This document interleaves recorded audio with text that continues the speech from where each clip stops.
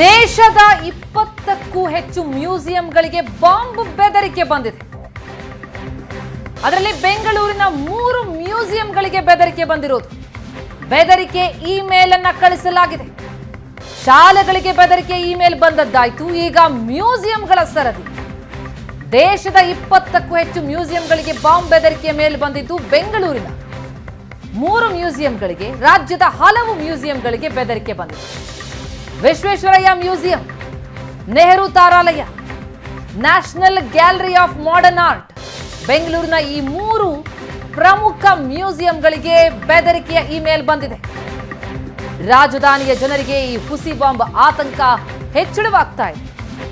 ಬೆಂಗಳೂರಿನ ವಿಶ್ವೇಶ್ವರಯ್ಯ ಮ್ಯೂಸಿಯಂಗೆ ನಿನ್ನೆ ಬಾಂಬ್ ಬೆದರಿಕೆ ಬಂದಿತ್ತು. ಪೊಲೀಸರಿಗೆ ಮ್ಯೂಸಿಯಂನ ಸಿಬ್ಬಂದಿ ಮಾಹಿತಿಯನ್ನ ಕೊಟ್ಟಿತ್ತು. ಪೊಲೀಸರ ಪರಿಶೀಲನೆ ಬಳಿಕ ಇದು ಹುಸಿ ಬೆದರಿಕೆ ಅನ್ನೋದು ಗೊತ್ತಾಯಿತು. ಈ ಇಮೇಲ್ ಬೆದರಿಕೆಯ ಬಗ್ಗೆ ಕಬ್ಬನ್ ಪಾರ್ಕ್ ಠಾಣೆಯಲ್ಲಿ ಪ್ರಕರಣ ಆಗಿದೆ. ವಿಶ್ವೇಶ್ವರಯ್ಯ ಮ್ಯೂಸಿಯಂನ ಡೈರೆಕ್ಟರ್ ದೂರನ್ನ ದಾಖಲಿಸಿದ್ದಾರೆ. ಈ ರೀತಿ ವಿಶ್ವೇಶ್ವರಯ್ಯ ಮ್ಯೂಸಿಯಂ, ಬೆಂಗಳೂರಿನ ನೆಹರು ತಾರಾಲಯ ಮತ್ತು national Gallery of Modern art, ಈ 3 ಮ್ಯೂಸಿಯಂಗಳಿಗೆ ಬೆದರಿಕೆಯ ಇಮೇಲ್ ಬಂದಿದೆ.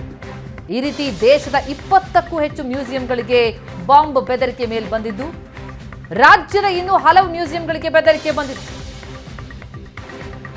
ರಾಮ ಮಂದಿರ ಉದ್ಘಾಟನೆಯ ವೇಳೆ ಈ ಹುಸಿ ಬಾಂಬ್ ಮೇಲ್ಗಳು, ಕರೆಗಳು ಹೆಚ್ಚಳವಾಗ್ತಾ ಇದೆ.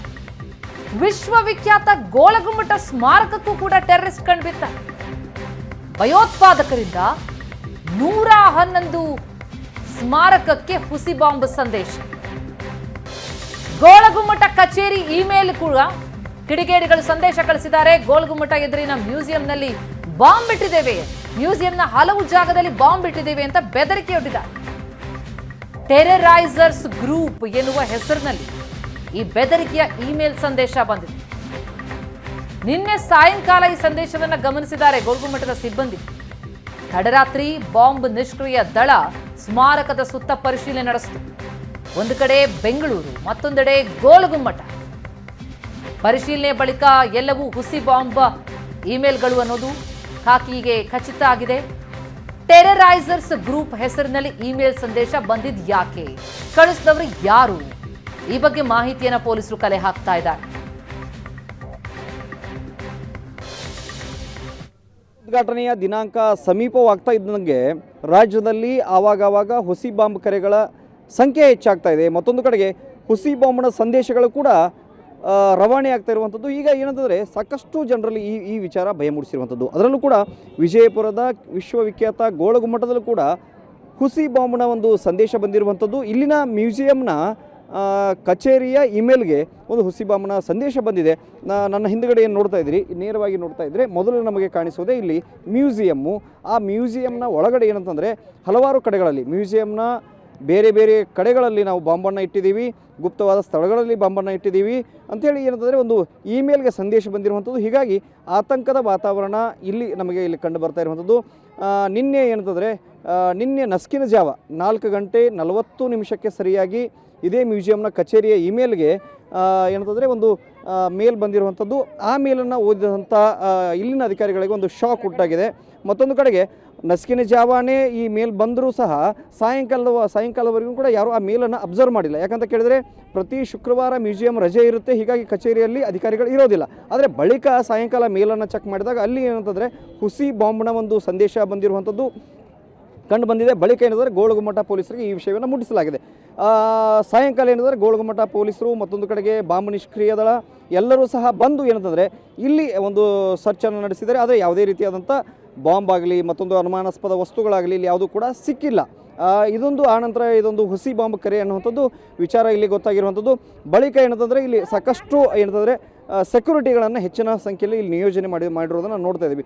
ಪ್ರಮುಖವಾಗಿ ಪ್ರತಿನಿತ್ಯ ಕೂಡ ಗೇಟ್ಗೆ 2 ಸೆಕ್ಯೂರಿಟಿಗಳ ಇರ್ತಾ ಇದ್ದರು.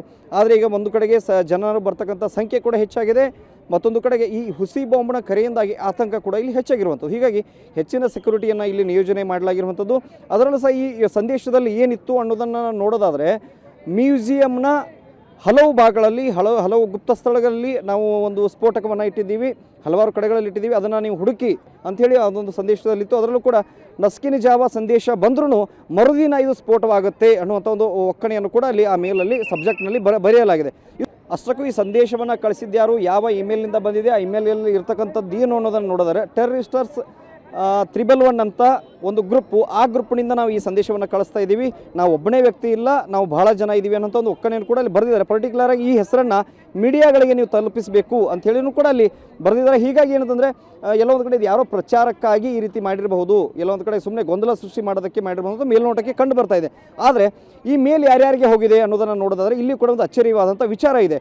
ಕೇವಲ ಗೋಳಗುಮ್ಮಟದ ಮ್ಯೂಸಿಯಂನ ಅಧಿಕಾರಿಗಳಿಗಷ್ಟೇ ಇದು ಬಂದಿಲ್ಲ, ರಾಜ್ಯದ ಹೊರ ರಾಜ್ಯದ ಬೇರೆ ಬೇರೆ ರಾಜ್ಯಗಳ ಮ್ಯೂಸಿಯಂಗಳಿಗೆ ಈ ಸಂದೇಶ ಹೋಗಿದೆ, ತಾರಾಲಯಗಳಿಗೆ ಈ ಸಂದೇಶ ಹೋಗಿದೆ, ಮತ್ತೊಂದು ಕಡೆಗೆ ಸೈನ್ಸ್ ಸೆಂಟರ್ಗಳಿಗೂ ಕೂಡ ಈ ಸಂದೇಶವನ್ನು ಮೇಲ್ ಮಾಡಿದಂಥ ವ್ಯಕ್ತಿ ಕಳಿಸಿದ್ದಾನೆ. ಹೀಗಾಗಿ ಏನಂತಂದರೆ ಈ ಮೇಲ್ನ ಬಗ್ಗೆ ಸಾಕಷ್ಟು ಏನಂತಂದರೆ ಏನು ಅನುಮಾನಗಳಿದ್ದವು ಅದು ಇಲ್ಲಿ ಸ್ಪಷ್ಟವಾಗ್ತಾ ಇದೆ. ಇದೊಂದು ಹುಸಿ ಬಾಂಬ್ ಸಂದೇಶ ಅನ್ನುವಂಥದ್ದು ಇಲ್ಲಿ ಸ್ಪಷ್ಟವಾಗ್ತಾ ಇದೆ. ವಿಜಯಪುರ ಕಿರಣಪ್ಪ ಜೊತೆಗೆ ಷಡಕ್ಷರಿ ಏಷ್ಯಾನೆಟ್ ಸ್ವರ್ಣ ನ್ಯೂಸ್.